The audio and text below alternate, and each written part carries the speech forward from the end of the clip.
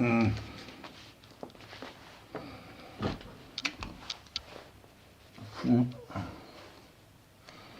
Hello guys, I'm now live on the 1st of March 2025. This is Twin Peaks coffee time, and this is James and Peter Unleashed. So, this is off, the record, online, live, unleashed, and ready for action. Today on the 1st of March 2025.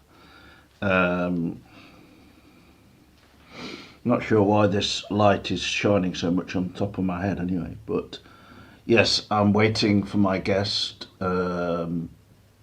Peter here, and I was just collecting a few magazines that I wanted to talk about or show to people once we're live, which the video is now live. Funnily enough, yesterday I did a video.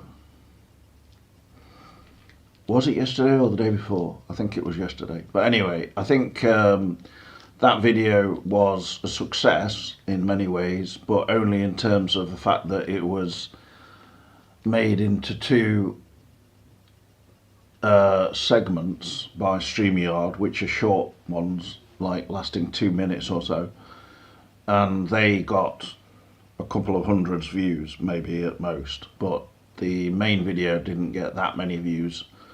Not that I'm necessarily gauging kind of any so-called success on the basis of views, really, when we've had to start a new channel, and so therefore all of the subscribers don't even know we're live, or the old subscribers, and even then I felt like YouTube was just, the interest there dwindled to a point where,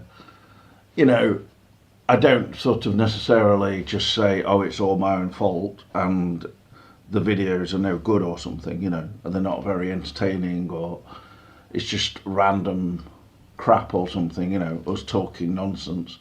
Therefore, people are not going to watch, But, there's no interest in Twin Peaks or something like that, I mean, there is interest in Twin Peaks, I would say, to a degree. I think it's more if people are going to do fairly serious discussion videos online, and then, they're like, if you're watching now, this is a shout out to Liz. Hello, hope you're watching. Obviously, we've not got a lot of viewers now at the moment because the main issue around in February, I think it was, we had 3 copyright strikes, which, I was not taking adequate measures against ensuring that they didn't happen, but, that's my own fault. But I mean, I wasn't really that bothered about it, to be fair, so there's no point pretending that I'm, somehow regretful or something. But we did have a similar thing, a kind of simultaneous thing happen with sort of an online pest, I would describe them as, who was following someone around online, and making a nuisance of themselves, which is kind of pretty childish, obviously, and immature. But at the same time, if you're, doing that in a mean-spirited manner, and revealing people's addresses and then making threats and things like this, then it's just not funny anymore, and that was a reality, unfortunately. Not something that is particularly, I would say, that I was involved with at all. In fact, I was not involved with it at all. But at the same time, you know, it definitely um,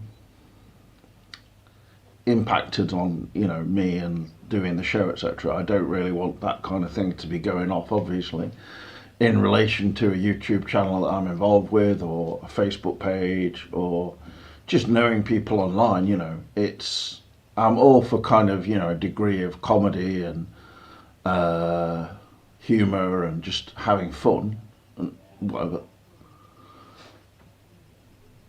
Well, not having fun, but in the normal sense perhaps. But I mean, just a bit of humour is always good. But at the same time, I don't want to be involved in anything where people are put in that kind of a situation. You know, I don't find it something amusing, or even, you know, it's an online drama that I would rather not be involved in. And certainly, you know, if I could do anything to actually prevent it, then I would do that. I'm not going to try and get ensconced in something where people are doxing people, or where they're, you know, stalking someone online, basically, whether it's a male, female, or whoever. But without naming any names or going into it, you know, it definitely leaves a sour taste in the mouth, you know, and makes you think, you know, why do people do things like this? But the answer to that is probably quite simple in most cases. You know, I think a lot of it is attention seeking, and stems from basically trying to get people's attention, and sort of, you know, enjoying creating drama online, you know, for people, which clearly, obviously, can go really way too far in terms of some situations. You know, I don't think on our videos we were ever involved or embroiled in anything as truly shite, you know, as what was going off. It's not something I want to go into discussing now, but I think, you know, I don't want that kind of thing happening, you know, under my watch, or anyone involved, anyone on the show being involved in anything that kind of annoying, you know. So anyway, let's just move on from that. And it's not something that we were specifically involved with, but it did occur in terms of people coming into our chat, or people who were watching, etc., and that whole area. But yeah, if you're watching now, you know, feel free to use the chat. Obviously, I've gone on now for like over 5 minutes talking about something which probably has no relation to really what I'm doing the video for now. I thought Peter would have been on by now, because he said he'd be on in 5 minutes, but let me just check if he's going to come online now. I'll just have to ring him.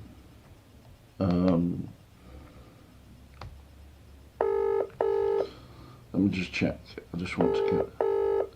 He's probably trying to get online on his phone, I think, and not having much success by the seems the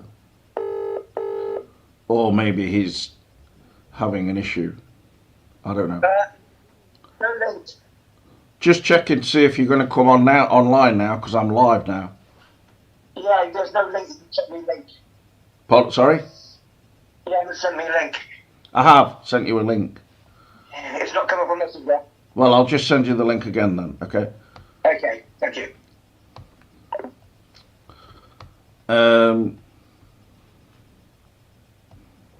Anyway, let's just move on now and try and be enjoying this video now, if that's possible. Here's a link again for Peter, which I've already sent him.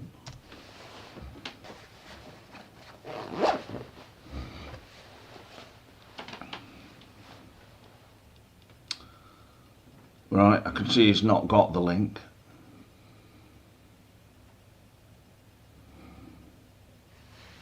The other one shows he's got it. This one doesn't show. He's coming now, logging in on a phone, even though he's got a computer and everything. So it makes no sense whatsoever.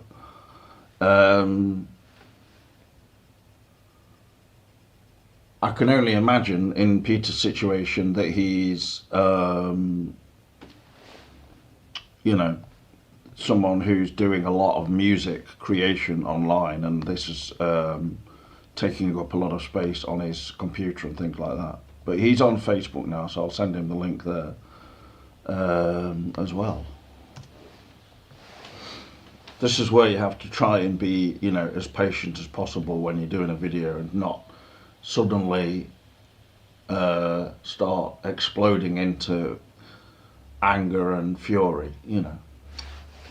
Because it's pretty pointless to do that, but you know, I kind of like doing what I want to do online and in my own time, rather than waiting around for people to say, oh, I'll do a video in an hour or something, you know.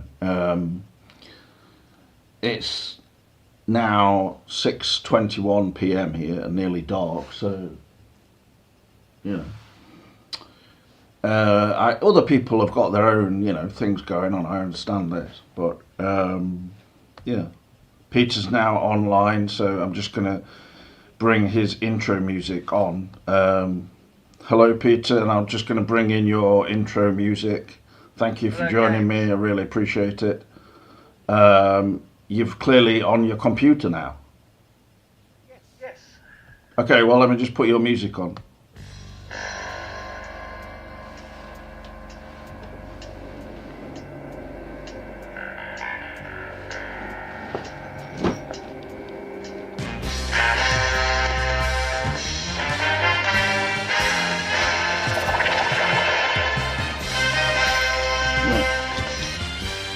Just get my headphones.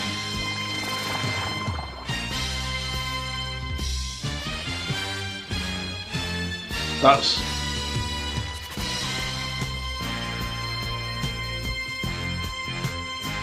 I think it's gone on long enough now.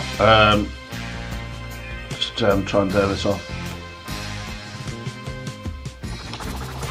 Hello and welcome to Twin Peaks Coffee Time.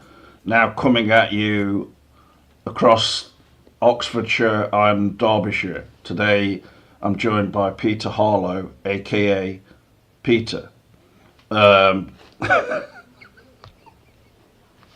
I don't know why that's funny, but it's well, no, I think I need to put your mic up a bit higher somehow. Let me just put you on the highest possible mic volume. There we go. Can you hear me now? Yeah. It's okay. Yeah. It's not like, you know, really loud, but it's fine, I'm sure. I mean, I don't know if you've got any mic settings there whether you can make it louder, but I can have a look. I don't want to start going into, you know, No, I've got a new mic. I know I might start causing your whole music setup to become changing all the levels in the Is you know, that any better? it is louder now, definitely, noticeably louder. That's Yeah. noticeably louder. Is that more like live setting for recording bands, or? It's a new mic I bought. It's Well, it sounds quality. 5x. It's a 5x. It's a dynamic mic, not a condenser, and it's for live performances and recording. Great. Well, it must have been cost a bit, you know. Not really. It's quite inexpensive. It was only £120. That's the new price for it. Yeah, that's how much it cost. Yeah. Okay, I just want to give a shout out to one of our new viewers, Liz with 2 Z's in Qatar. Not Qatar. Not Qatar, like obviously like phlegm. That would be. So, what's been going on in the 2 weeks or so since you told me you were speaking to your neighbour, and then you just completely went like radio silent on me, and I thought, okay, Peter's got a new friend. He doesn't want to speak to me. Nothing personal, James. Nothing to do with that. Well, I didn't take it personally. I'm only joking. I'm all time to work with you. Thank you. I appreciate that. And what has been happening in Oxford? In Oxford, with me, something notable. Professor Dawkins, the evolutionary Right. biologist, Oh, asked yeah. us not to engage with the religious fringe. Oh, I engaged with them and I won the debate. Let's just say they've stopped bothering me. right. Well, Yeah. were these not by any chance Jehovah's Witnesses, were they? Or Oh, they come under many non-diploms. okay, Mainly, I was getting fed up with them. They turned up at my door years right. ago Okay, after my 80-year-old neighbour. They Right. wanted to know her phone number. They wear black It's a bit ties, personal. white shirts, and black Okay. trousers. Latter-day I've seen Saints. them. then. I've seen them on the buses in Oxford, bothering people on the buses, getting them in corners and trying to shove religion down their throats. Yeah, it's a bit much. So I sometimes. took them on against Professor Dawkins' advice, Hmm. and I won the debate. Well, I appreciate you going against Dawkins because even though I probably Not against him, just as I'm not against him, but you're not following his advice strictly. But I think with him, you've taken your own, viewpoint and then taken it from there, like, which is my fine. logic was infallible. Yeah, and I think with Dawkins, whilst I probably agree with a lot of things that he says, I'm still open-minded, and I do think it's like particularly noticeable though, like for instance in Derby city centre, the sheer amount of it seems to be Jehovah's Witnesses there mainly, but they seem to just move around from one place to another, and it's like, during times when there's so many empty shops and there's sort of problems here and there, they always seem to gravitate to somewhere like that, and it's kind of Yeah. they kind of get people when they're at their lowest almost. And My friend, another friend, in some who's- sense, who's sadly passed on now, yeah, he was in the West End of London, and he got chatting to this group of people, and it's the same people, and they invited him to Kensington Temple, okay, and I went along with him to see what was going on, and he was after sex with the girls who were chatting him up. Yeah. well, did he? I don't think that's going to happen. No, not at all. It wouldn't do. I told him. Then these Colombians turned up and started speaking in tongues. Oh, Yeah, which I thought was very dubious. So I told him, you're most likely to find yourself knocked out, drugged up, and on actually a cocaine plantation in South America, working for slave labour. Yeah, if you're not careful. what, as a result of being involved with the With Church of Colombian Latter-day Church. Saints? Or A it's a Colombian Colombian. church. Oh, this has nothing to do with Latter-day Saints. This Not is Latter-day Saints, not the Jehovah's Witnesses. They're a complete new breed of whoever. But Okay, these fair enough. Colombians turned up, and they Sounds a were bit- at Kensington Temple, and were speaking in tongues apparently. Is Kensington Temple just like a normal church or something? Yeah, it's a temple. It's been taken over. It was a church before, Oh. of a more orthodox denomination, and it was converted into this. I know this guy came up to me in his cassock and said, "Can I give you my testimony, my testament?" I said, "No, thank you. I'm quite happy about that." I was just curious, and then it was just like it was like a rock concert with no false idols. and Sounds a bit much these to me. girls were all over the place chatting people up and recruiting them into this church. Yeah. Yeah, so there is always that aspect where you think it's a bit. Well, because there was Colombian background, I just Cross- said to him, "You're going to get shanghaied." Crossing boundaries, but they're not. It's not likely that you're going to get into a proper girlfriend. They're just doing that as a way of Of getting luring people interested, Yeah. and guys basically. And I wasn't having any of it. because you wouldn't have guys going out flirting with women so much, it's because that would be deemed like predatory or something. Whereas He was just horny. He had no. That's one thing I didn't like about him. He had Well, no respect for women. He treated women very badly. well, it's just it could be just he had some kind of too high testosterone, and it just was being directed in the wrong way. I mean, to get involved in any No, dubious not in a wrong religions. way, in a bad way. Oh, okay, well, yeah. Bad way. Yeah, show but you no know, respect to women. yeah, you should definitely not get involved in a church that's certainly a cult and then expect No, I wouldn't. to be having a girlfriend or whatever, because you could probably just go to an Anglican or normal Christian service and find more likelihood of that happening, you know. Yeah, most likely. If I wanted to do that, but I wouldn't because it'd make me feel weird Yeah, same here. on some level.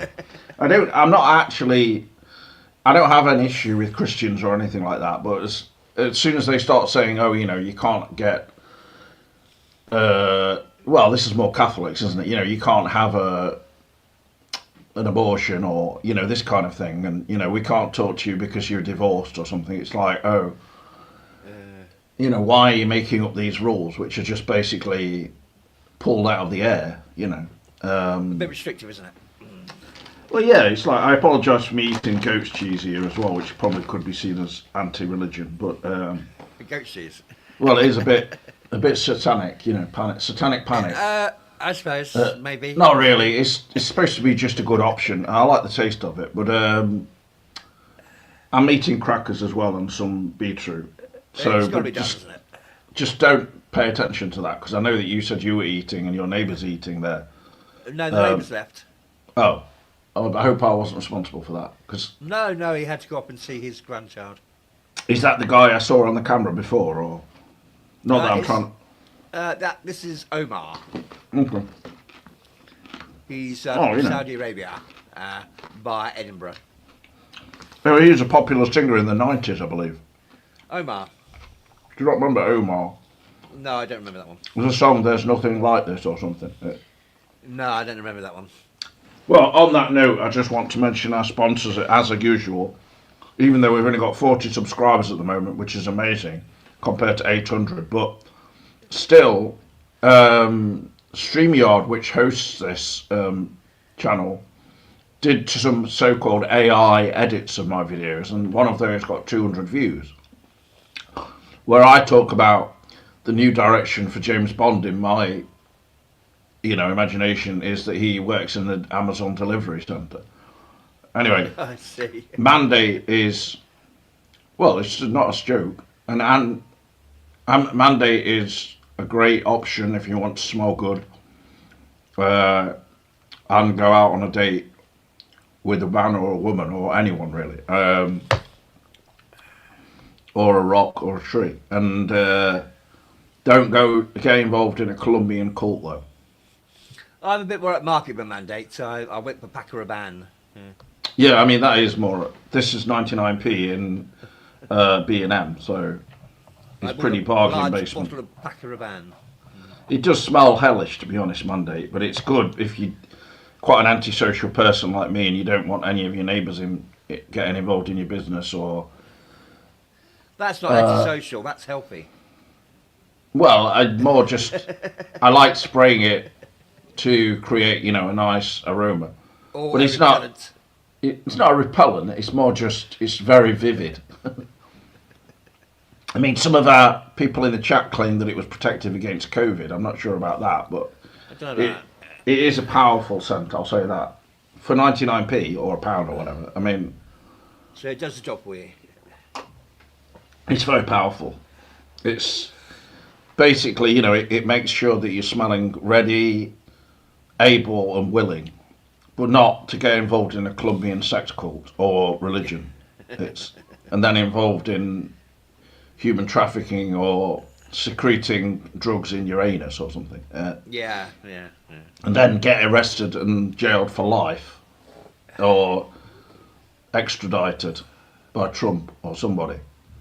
Not that Trump would be personally responsible. I think he'd be more likely snorting the cocaine. But considering some of his recent performances, I've got no idea to explain what the hell is going on with him, other than some kind of Pick's disease or something. But I have no idea.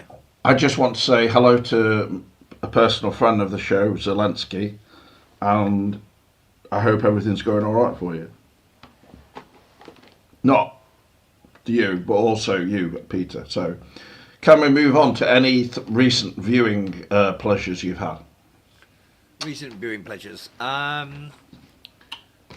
Space 1990. Yeah, I suppose Space 1999. What have I been watching 1999. recently? I've been watching some Gene Hackman movies. Oh, great. Order Well, of that the ties Lamb in and, ties Order of into the a Lamb. magazine I've got here. It's a movie magazine that came out in 1981. You may have been involved in the actual publishing of this. I don't know, but I've never uh, worked on movie magazines. No. well, Yeah. well, I've worked on yearbooks and production manuals, but not magazines. this is movie. It came out weekly, I believe, and it's sort of like the history of movies and things. You know, pretty much like quite intelligent for this kind of thing. For movie magazines aimed at casual movie viewers, etc. I don't know. Is that visible on the screen now? I've been interviewed by Screen International Here we go. That's for a Gene position. Hackman. Gene Hackman. Oh yeah. Oh, who's bugging you? Oh, This that is obvious the conversation? conversation. Yeah, yeah. Where he completely dismantles a sort of a wall and an apartment and everything when he thinks that it's bugged. But I can't remember the exact nature of the film or the story, but it's That's good dealing enough. with Sorry, surveillance and stuff. Yeah, it's a really good film. Yeah, I would agree. Yeah, it's pretty just like an old-fashioned movie in the sense of a 70s style film that's very all consuming in its It's intense. visuals and sound, of course. I mean, sound obviously is very important in that film, but so seeing it in a big cinema or something would have been pretty much the best place to watch it. But nowadays with TVs being so good and you can get sound bars or headphones like I'm wearing and enjoy a film like that. But it's sort of like one of these paranoia films from the 70s, It is. and to do with him working probably for like an independent person or like a detective, but he's also working for the CIA and stuff or something like that. It's and then it kind of affects him where he starts thinking that he's being bugged, So it's sort of he's not the one bugging; he's the people are bugging him. So he dismantles a whole apartment, like pulling the walls out, and which I do. I do actually on a daily basis in my flat, and then I have to rebuild it again, and replaster the walls. And recently I've Sounds time been consuming. well. I painted the whole wall brown, and I'm quite pleased with that, to be honest. But it's not brown; it's sort of sandy. Sunday, yeah. Do you want to have a look? So, all right, very nice. I mean, the top is there's some masking tape on there, and then it's actually duct tape. But yeah, it's all right. It's got some pictures on there. That's why you can't see any pictures behind me at the moment.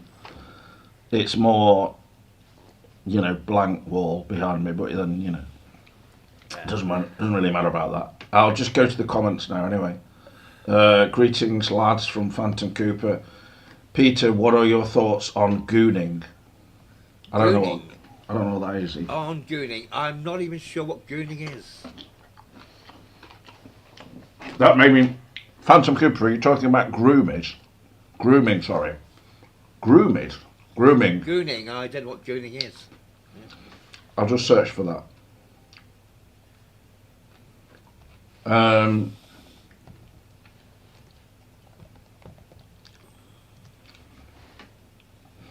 Gooning is a state into which one gets when one is highly aroused. It's basically edging, sometimes also referred to as gooning or surfing, is a sexual technique whereby an orgasm is controlled. This is not really suitable to be discussing this on the show, Phantom Cooper, thank you. It is practiced alone or with a partner, involves the maintenance of high level of sexual arousal for an extended period without reaching climax. Well, I don't really have any opinion on that. I mean, if people want to have fun in their own where they live or whatever, and it's not impinging on somebody else's or infringing on someone else's, enjoyment. I don't agree with people having sex in a flat and then you can hear them. that's not really. I mean, for an extended period of time, especially, that's just annoying. Because say you're eating or something, and then someone's in another flat going like or something. It's a bit sickening or just distressing in some weird way because you think, well, I'm not involved in this. So why are you putting this on me? Making me feel. Discretion, I think, is better in that. Well, I know that people did it here, and then there was complaints. I didn't personally complain because I'd forgot about it by that point. Because it's not really my kind of thing. I'm not into voyeurism or like listening to other people in intimate situations or something like that. Neither mind. Or even watching them. Like, it's like porn. I don't find porn generally that appealing at all. It's just, it's kind of, okay, it's basically just a physical thing, and then you just think, well, this is not really very appealing for the most part. I mean, I can understand for people who might be very lonely or something, it could provide something of a relief, but I think it's better to just. Having said that, I mean, I've watched porn with partners mainly as a sex aid, but that's all really. I'll be honest, I've never really done that. Yeah. I have. But as a single person watching it, not really. Mentioned it. I've mentioned it. That's about it. It's not that interesting. I did have a girlfriend, and she thought that I was obsessed with asses at one point, but. Why was that? Because she found that I was writing to other people about asses. So that was not exactly one of my best moments, to say the least. Right. I mean, she thought then that I was obsessed with asses, so she didn't understand why I was not obsessed with her ass, for instance. I mean, it's kind of ridiculous, really, to be honest. It's all like that J-Lo type of, Latina look and things like that. I mean, it's sort of a bit of a area of, like a fetish almost. But, you should like people for more than their asses, is all I'll say. It's not just. It's like saying, I like somebody just because they've got nice feet or something. It's just. It's not very meaningful, is it? And when you're in a relationship with somebody as well, it should be more about like getting on with them rather than just. Yeah, it's sort of more about personality, really, isn't it? It's fetishes, definitely personality. Feet, I don't know. I've not really got a thing about feet. Well, I think people can have like interest in things visually, but I think what I'm saying is, especially as you get older, it's to be obsessed with things visual and how people look and say their age or anything like this. It's. Yeah. I mean, to talk about Gene Hackman, his partner was somewhat younger than him. I noticed from the photographs.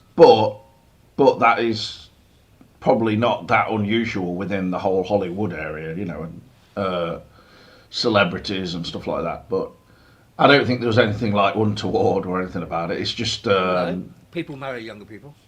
Yeah, I mean he met that woman when she was about 20 or something. He was about in his 40s or whatever, or maybe even 50. I don't know, but as long as they get on, that's all that matters. I mean, and obviously, the fact that he got to the age of 95 in itself is an achievement. So he was that old, was he? Yeah. And she was in her 70s, I think.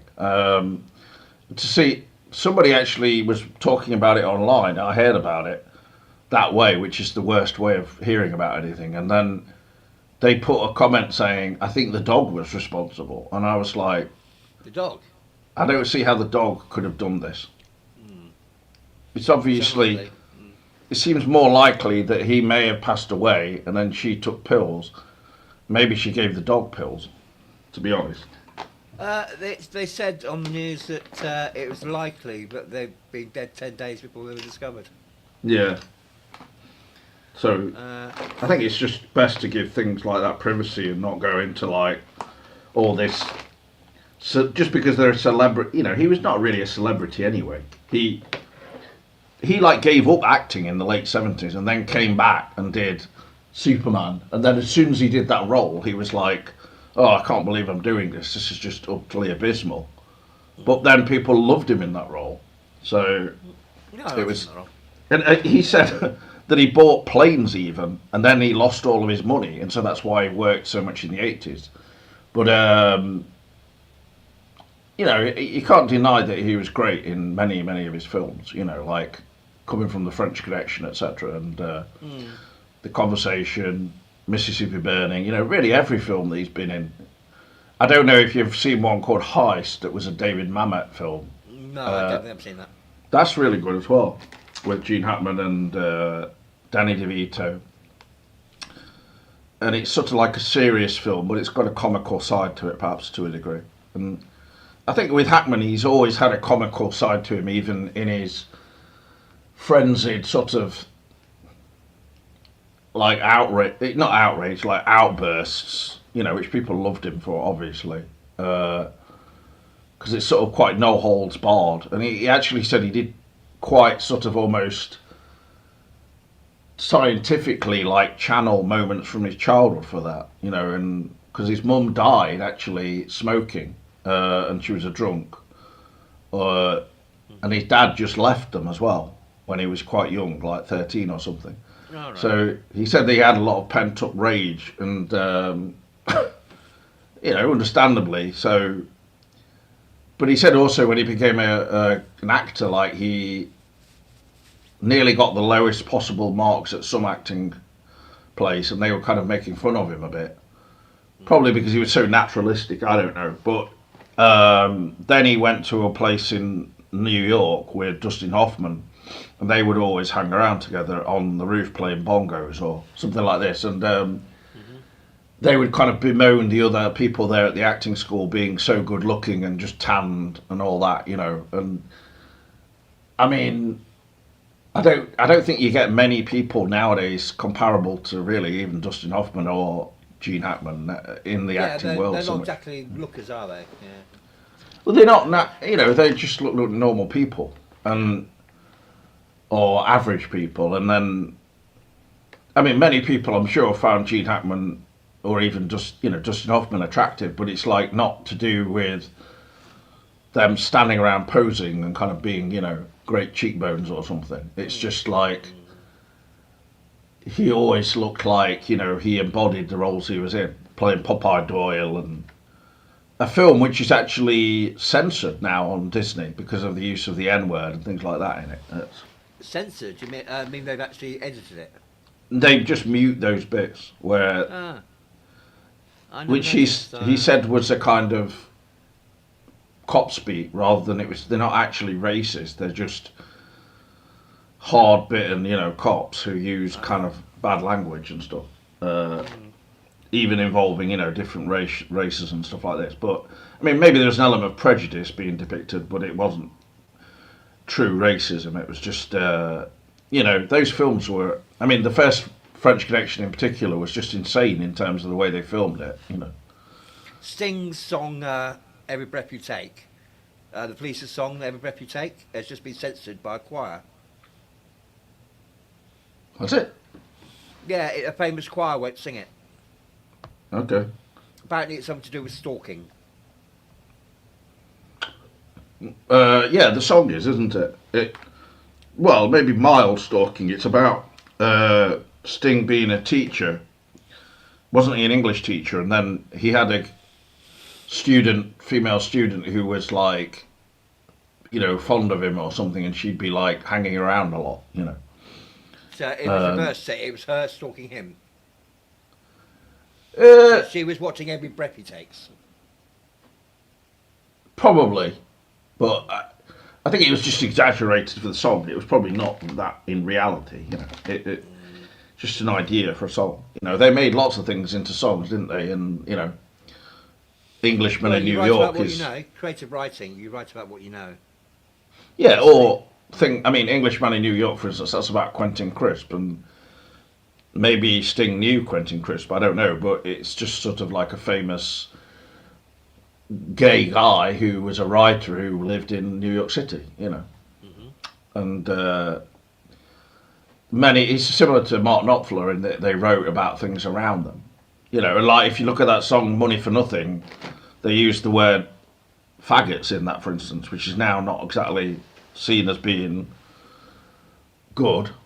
But it wasn't. It was basically Mark Knopfler using the words of this guy who was delivering microwaves and things like that for a department store, and he was just writing down everything this guy was saying. So Oh, I thought it was about being a rock star and your chicks are free. You know, money for nothing. yeah, it is, but he was observing the guy who was working for the department store delivering stuff was saying, you know, look at that little F with his, you know, that's his own hair and all this kind of thing, and like, you know, he's like he's banging on the bongos like a chimpanzee and all this kind of thing, which is, you know, it's just observation, but people nowadays they decide that things are offensive when in reality it wasn't aimed at being offensive. It's just an observation, you know. But yeah, the word faggot, I mean, is kind of defamatory, isn't it? So you know, I suppose so.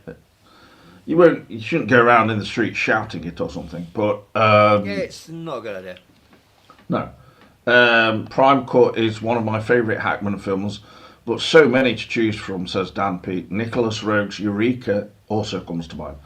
Well, I'm glad to get some of the regulars back into the chat, even though we've had to start a new channel and everything. But that doesn't really matter, you know. It's good if you can get a lot of viewers and things like that, I would say, Peter. But on the other hand, you know,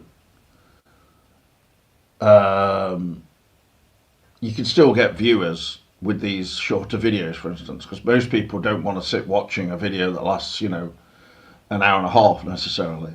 Unless maybe, unless you know, unless you want to do some really specific analysis of something. But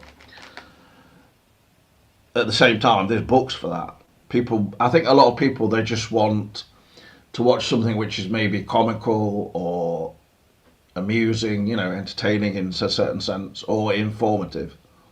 So that's why I appreciate your insights into the world of Oxford and it being a great seat of learning, but also it has a host of problems there. Just like any other metropolis, medium-sized metropolis, it's has its same problems. The streets aren't lined with gold, you know.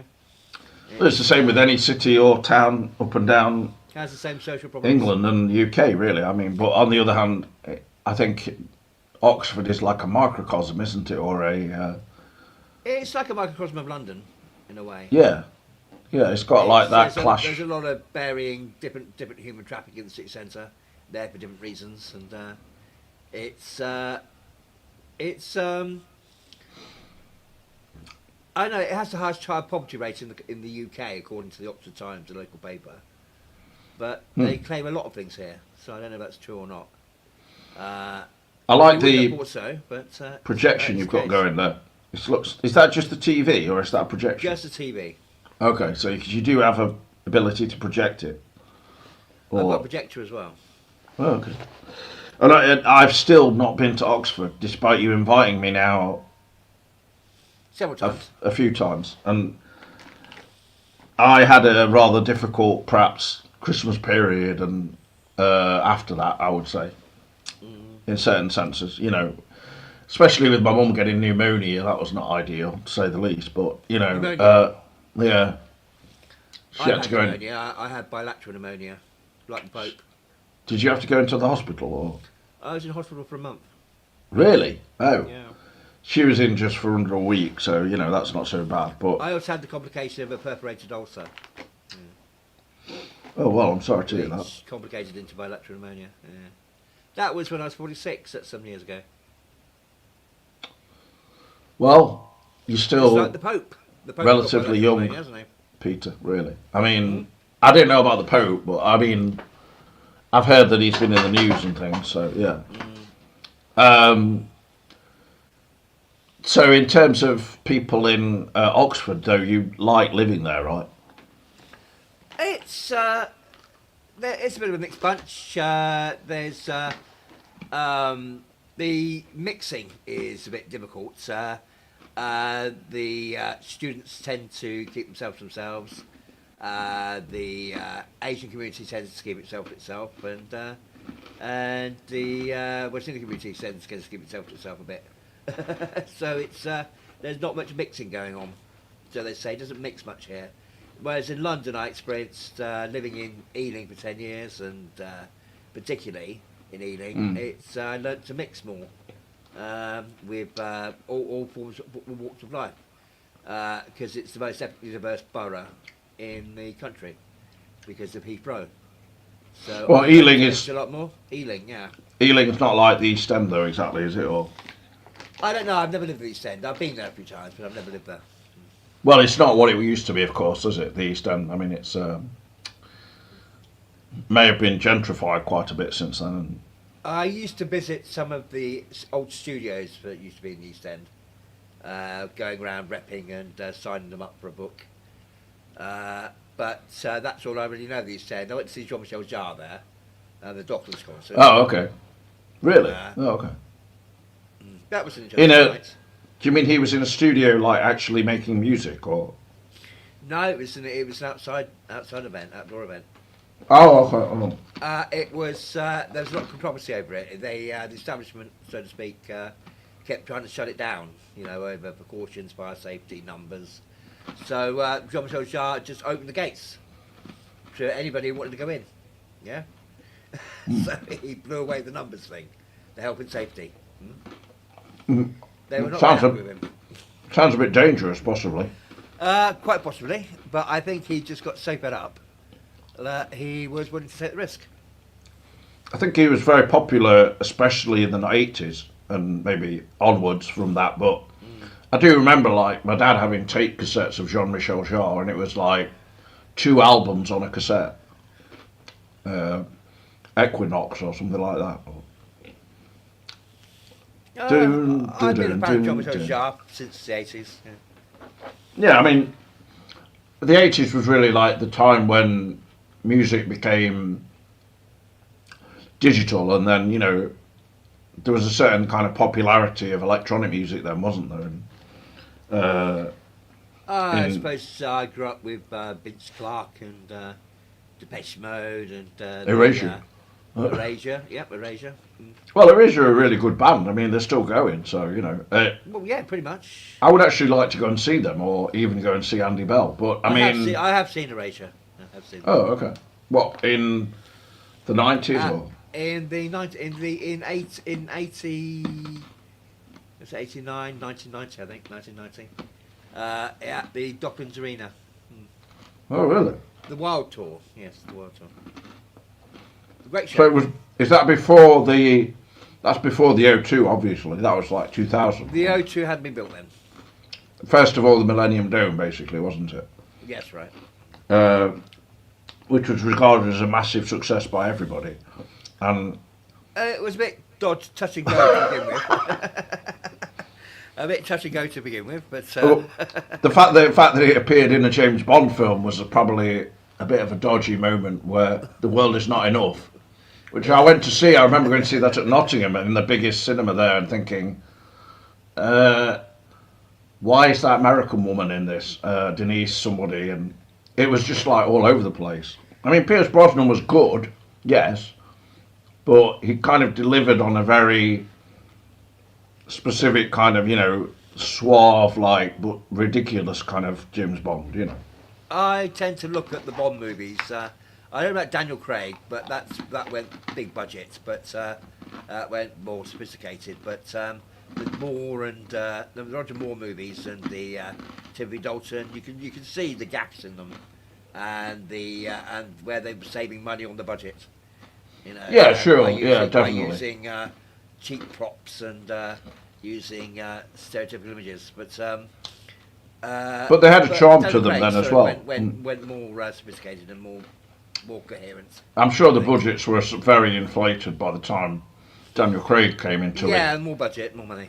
I think Casino Royale was good. Casino Royale was good because that was directed by the guy Martin Campbell who did Edge of Darkness on TV, and it was serious, but it had a lightness to it. Whereas after that, it was like they were basically just trying to make an action movie with each one, and and he's just going around, like fighting non-stop, and it becomes a bit charmless.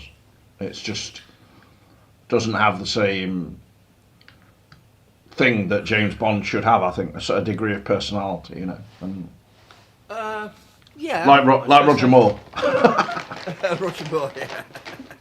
Charmer. Well, yeah, like a man in his 60s, I think, should be James Bond. Like in A View to a Kill. Like, oh, I broke my hip. Yeah. Oh, I've got to get up the Eiffel Tower now. Bloody hell. I will do this. Yeah. I And mean, of course, supported by Duran Duran. yeah, definitely. I actually thought The Living Daylights was a really good Bond film in many ways. I enjoyed it. I think License to Kill was when they did almost a pre-Craig kind of action thing, but License to Kill, I saw at the Odeon Marble Arch. it's still a decent film. It was the biggest screen in Europe at the time. It's been superseded now, but Well, really, it's it must. the Odeon Marble Arch. But did you enjoy it at the time? Because that would have been like 1989 or about 1990. Yeah, I think. Yeah, I did enjoy it. I was working down at Millbank, opposite the MI6 building at the time. Because then it took was them quite 5 interesting. years until they did Pierce Brosnan and sort of rebooted the whole thing. But I think that Timothy Dalton was quite underrated in many ways, and sort of he's actually said about Amazon taking over the whole thing, fears of it being made. There's something about blockbusters made by a supermarket chain that turns me off. Yeah, I mean, who knows? But I think there's a possibility it might be good still, but we'll see. I think No Time to Die was such a bloated film in many ways that you just think like there's nowhere else for it to go after that, with Daniel Craig blowing himself up at the end, basically. I mean, it's like, what is the point of this? I don't understand. Other than just to be a bit different, like. I suppose market research for the movie said that 9 out of 10 people want to see him blown up, I suppose. Well, he didn't blow himself up. He got blown up by a bomb, and he just stood there watching it. So it all seemed a bit kind of just random to me. And then the ending, I can't she's remember like, No Time to Die. Did he actually? Was it actually at the end where he Yeah. was blown up and that was it? You didn't No, know if he that- survived or not. he obviously doesn't survive, but it's almost like dreamlike, because then at the ending it's got All the Time in the World playing, and his love interest is the French woman, is driving kind of down a windy road, and she's got her daughter there who's supposed to be Bond's daughter, and she just says, "Oh, I want to tell you a tale of a man called James Bond." And so it almost feels like it's becoming self-referential in the sense that she's saying this is a story about James Bond, who's just the person we've just seen the film about. Why would she say that to her own daughter? It doesn't make any sense. It depends. Probably it sells. I suppose. Well, it's just like he's kind of stepping back and almost winking at the audience and sort of saying, "Hey, we can carry on, because James Bond is just another, They almost say that James Bond is actually the code name for the character. That's not his real name, But I mean, I don't really think that. I think obviously you can just bring back James Bond as a different actor, and but I think this whole winking at the audience and being sort of clever with it is a bit ridiculous for a Bond film. Like, you should just make it as a film like Casino Royale. I mean, not necessarily as serious as Casino Royale, though. With Bond being almost tortured by that Mads Mikkelsen, where he's throwing that thing, the rope, and it's hitting him on the anus, basically. It's just... That's one for the short clip. I think that kind of stuff is a bit much. Like, it's just too anal centric, and why...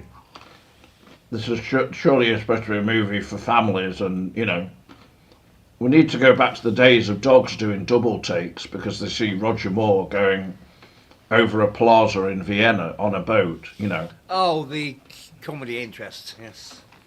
Yeah, you need that kind of comedy. Even someone like Jaws, a character like that, Yes, they had comedy with Jaws. who didn't they? I mean, I was finding that was a terrifying character, but also hilarious for me as a youngster. Yeah, 'Cause- because it's a bit like Romero in the zombie movies, introducing humour into it. Well, yeah, definitely, and like the idea of someone like Jaws coming after you with his teeth is pretty, you know, frightening. Even though it's a fairly unlikely thing to happen in daily life. It's possible, but they had to make him a bit lighter to get the cinema certification, so for a wider audience. It's possible the light interest was there to give it a Yeah. wider audience grading, as I said. Well, that was always there from the start, where Sean Connery was in it, even, and like there was the guy with the hat that he threw, and then it was like, you know, had a razor edge on it, and the Oriental character. Yeah, there was humour with Connery. I mean, there was always humour in them, I think, but I think with the Daniel Craig films, they got too trying to be like the Bourne Supremacy films or something, as if it's some kind of really Well, they were in serious direct competition, thriller. weren't Well, yeah, but I liked all of the Bourne films. I mean, even right. the Bourne Supremacy or whatever it was called with Jeremy Renner. You know, I thought that was they? still I really enjoyed the good. series. When they didn't have Matt Damon in them, well, they did one without Matt Damon, didn't they? But I thought that was still good. Someone else, but that's the Bourne. I can't remember whether it's Supremacy or something like that. It's not Supremacy, it's the Bourne something over. It was a totally different name. Yeah, I mean they came out with Jason Bourne after that, which was full on like just kind of car chases and stuff through Las Vegas. I mean it was pretty good, but I think the first one was the best in some ways. But anyway, yeah, I mean we won't do this for a really long video unless you want to talk about anything else, Peter. I mean it's No, we can wind up if you want. because you know I don't want to keep you. It's Saturday night and you should be relaxing and stuff. So you know. Mm-hmm. Oh well, thank you for your consideration.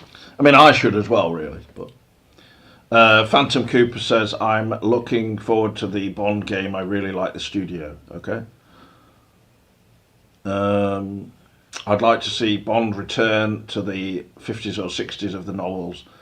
You have to dilute him too much to set it in the present day with cyber terrorism.